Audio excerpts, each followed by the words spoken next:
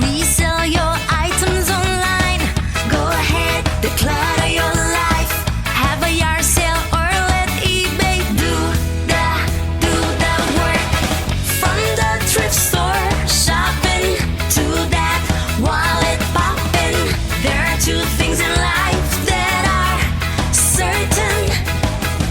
Deathpiles in Texas. Deathpiles in Texas.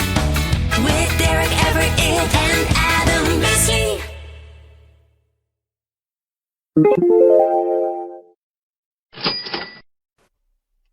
All right, Big D-Roy.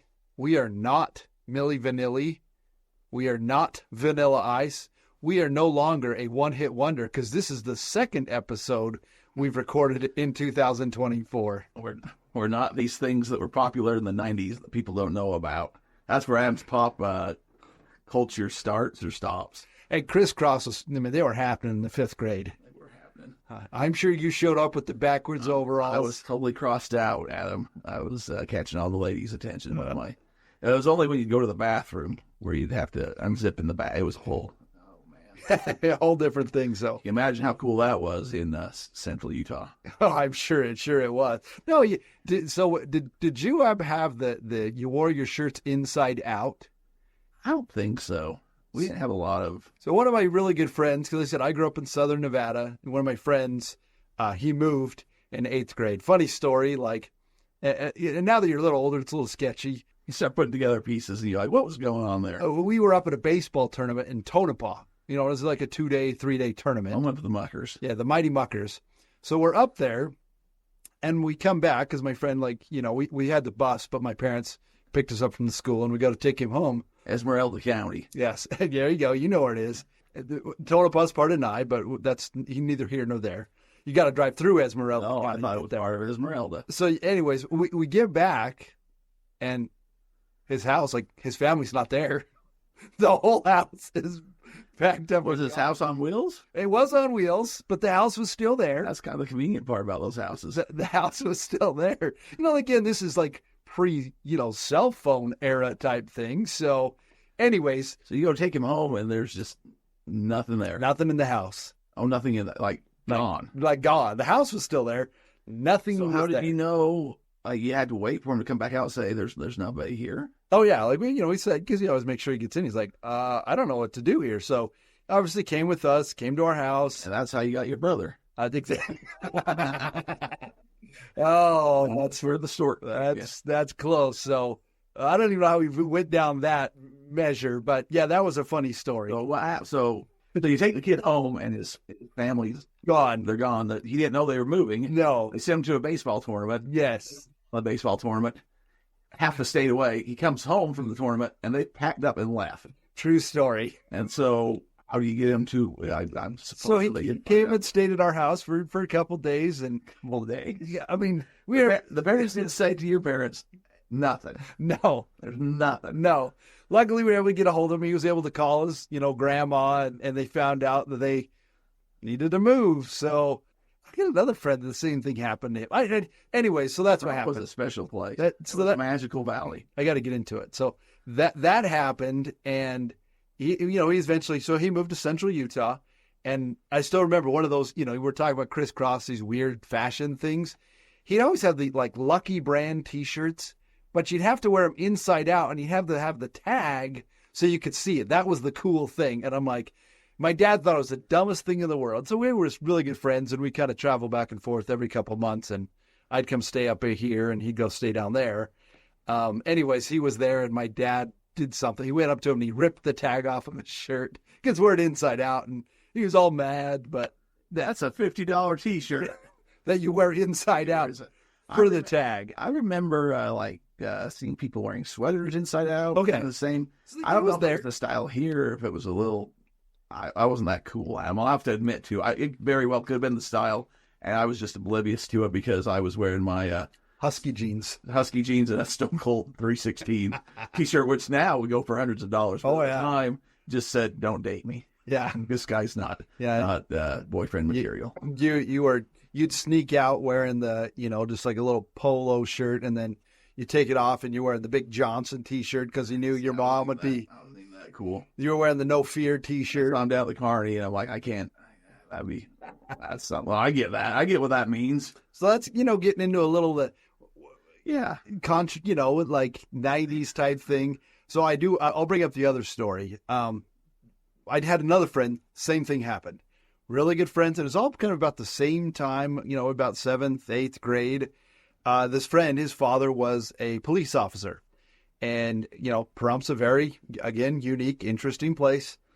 Things legal there that might not be legal in other places that probably bring in other things that aren't legal that might be other places. And there was this place, it's still in Las Vegas, called the Binion's Horseshoe.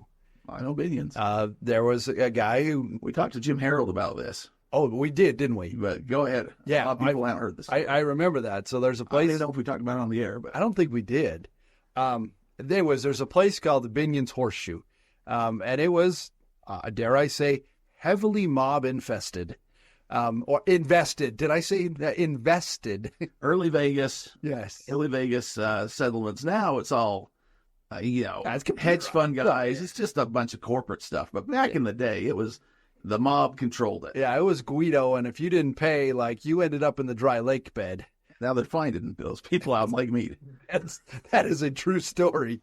That's how you know I'm not fabricating anything. It's the truth. Ted Binion, like most of those moguls, he's probably on his 3rd marriage, mistress, whatever it was. And turns out he died. Turns out she killed him. Turns out she knew where all of his stuff was. Ted Binion owned a ranch in Pahrump, very close to where the ecclesiastical organization that we were a part of, right across the street. So wait a minute, your church owned property? No, right across the street. From Binion? From Ted Binion's ranch. So you both had farmland just across the street from each other? Pretty much. That was interesting. Yeah, right across the There's street. some good conversations. Oh, there was a lot of interesting stuff. Fast forward just a little bit, when Binion died, all this stuff happened. Michael Jackson bought that ranch, so that's a whole nother story. Again, Pahrump is an amazing place. Anyways, Ted Binion owned this ranch, and there was also back a place called the Cotton Gin, where they legit, there was some cotton for a short time period. They realized Pahrump is not the cotton place like Alabama is. Yeah. It's because it's hot. The humidity's not the same. It's you not. I have the same thing. Brigham Young tried that. Yeah, it doesn't work. Yeah, it doesn't work. You try. Just like, we can't have a great orange tree, but when we're in San Jose, we got great ones. Man. We got right off the back porch. So anyways, there's this place called the Cotton Gin, and what happened was Ted Binion had a large vault in the ground. And in this ground, his girlfriend knew about it. Allegedly, she and her boyfriend killed him. And just shortly after, the boyfriend came out to Pahrump with a belly dump truck at that time to get about $15 million worth of silver. And at that time, silver was about $3 an ounce. What happened was, this was going on early in the morning. My friend's dad found these guys because, somebody reported it saying, hey, there's this weird truck out in the middle of nowhere at 2 a.m.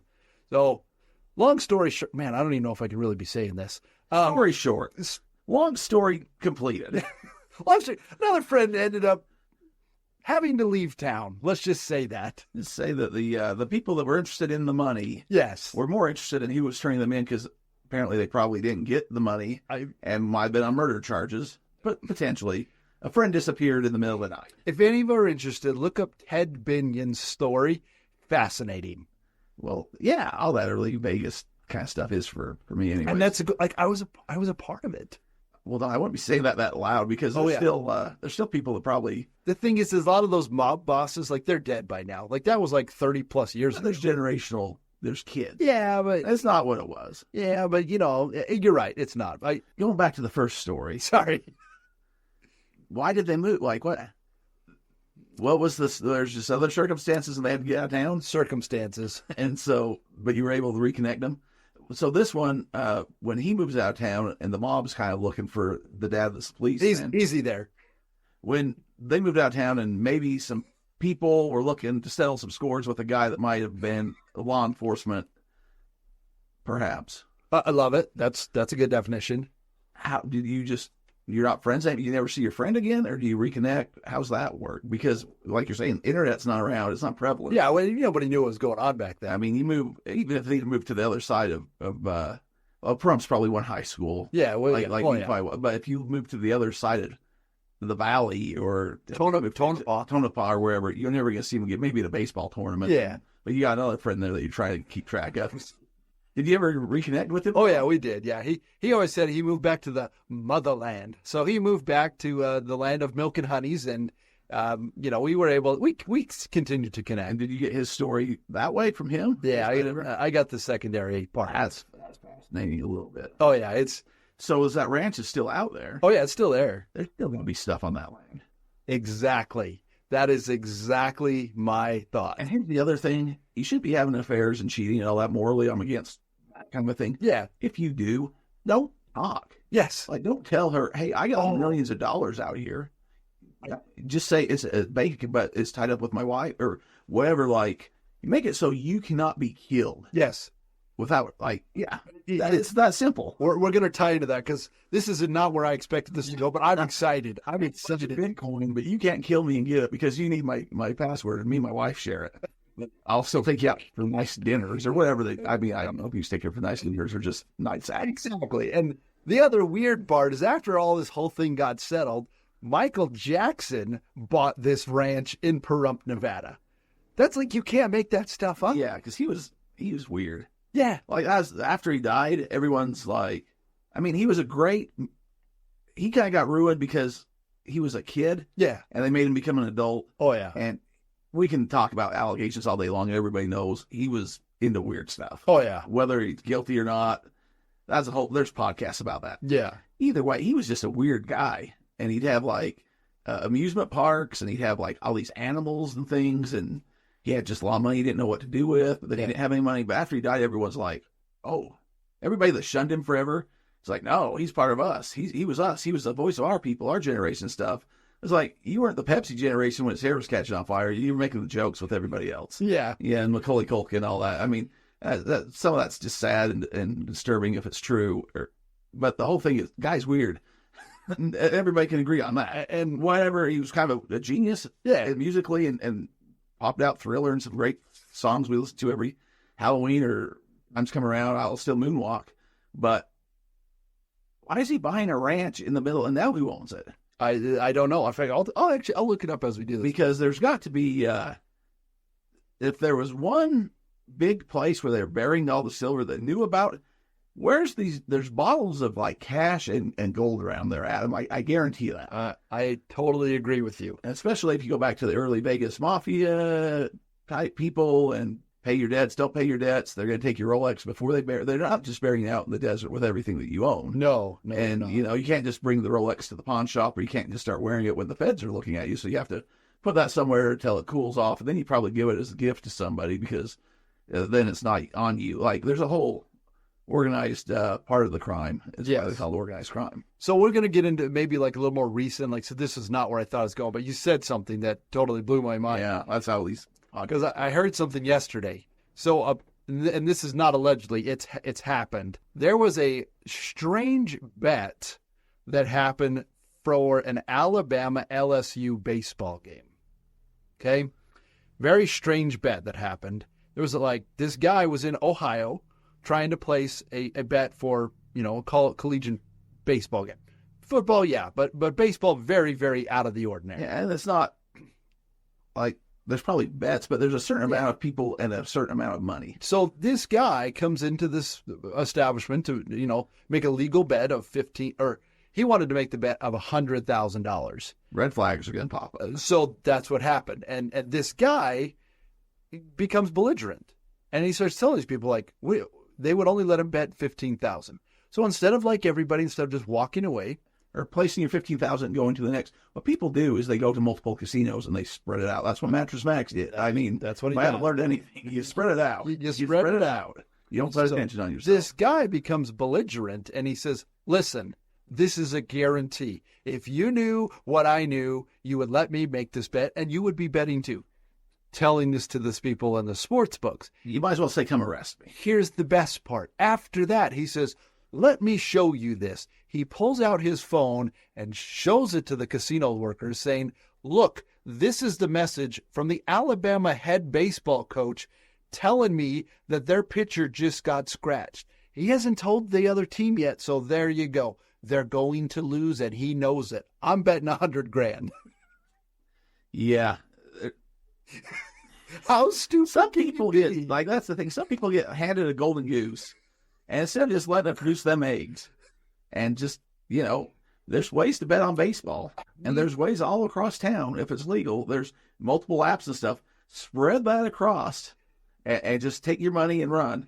You go out and you say, I'm an idiot, and now Alabama's probably looking for a new baseball coach. Needless to say, he got let go, and it's pretty difficult to say, well, that's just a made-up allegation when they've got it on video, they've got because that was the other thing. It wasn't like just a text message. It was shared through some secret encoded, encrypted stuff. So did the coach, was he in on the action? Oh, yeah, the coach is the one that did it. Yeah.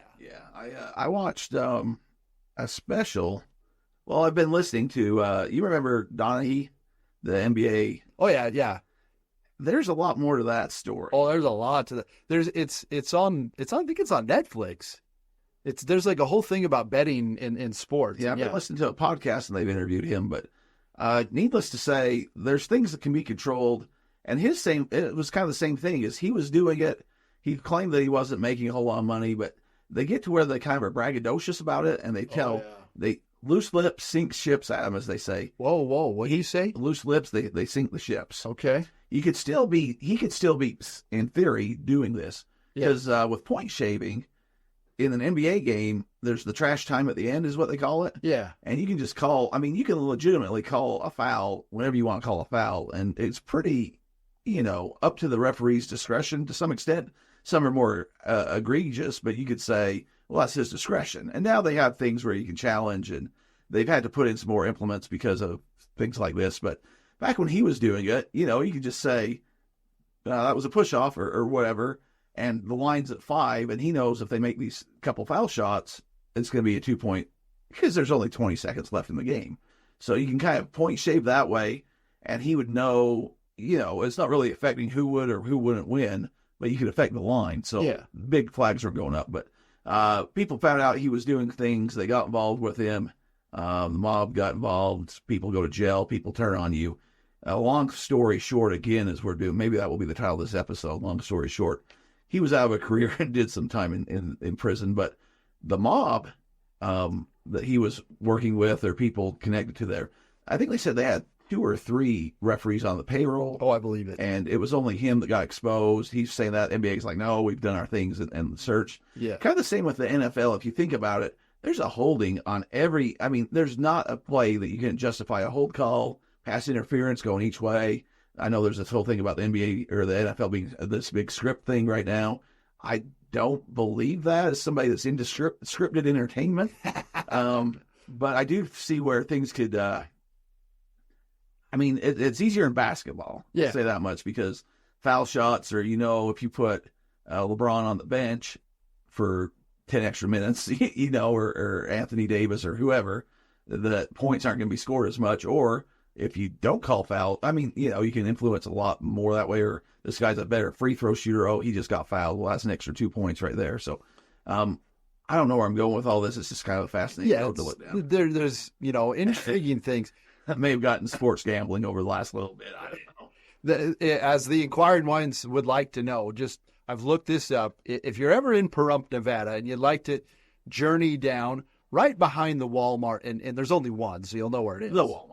Right behind the Walmart, there's a ecclesiastical organization. There's a church down the road. Mormon church. Yeah, Mormon church. That's Adam calls that ecclesiastical. If it's Catholic, Baptist, or anything else, he would say a Baptist or Catholic church. Yeah. But where it's the Mormon church, Church of Jesus Christ of Latter-day Saints, he's not sure how to refer to it since he's a contributing member, so he just says an ecclesiastical organization. Yes. So he doesn't offend them. I try not to. Or there's anyone's feelings. Well, because if they knew what I do, I'd probably get kicked out. But you're referring to them as a Binions connection right now. Right across the street from this place, it's called, right now the owners are MACCKK LLC. That was almost one too many Ks. There's 138 acres on this property that's still raw. Like it's just, I'm looking at it through this app. So who knows what's down on that property? There's bodies.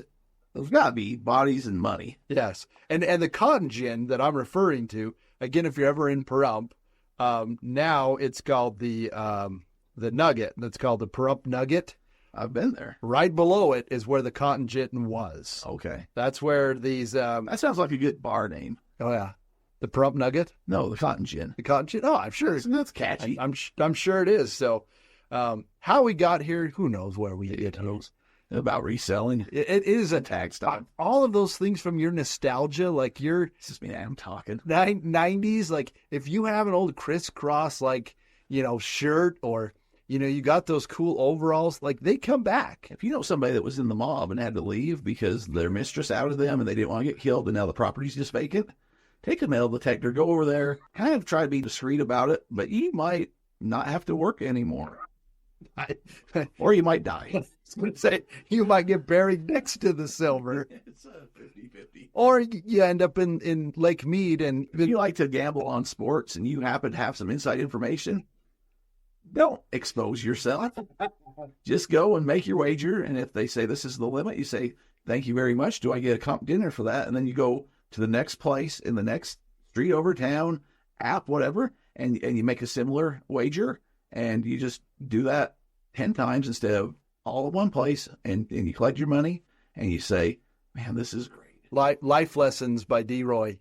Yeah. That, There's a smart way and there's a hard way. and don't do it the hard way, people. Because then your buddy ends up in jail and you didn't make his bet. I'm sure they didn't take any action. And he's now he's out of a job. That guy's not going to be coaching baseball. No, again. he's on a 15-year ban. And they're going to know not to trust this guy with the information. So now he's back working at the Walmart. Doesn't even know what's across the street there in the Prump Gin. Yep, the Cotton Gin. So, D-Roy, that being said, there are two things in life that are for certain, my friend. Deathpiles and taxes.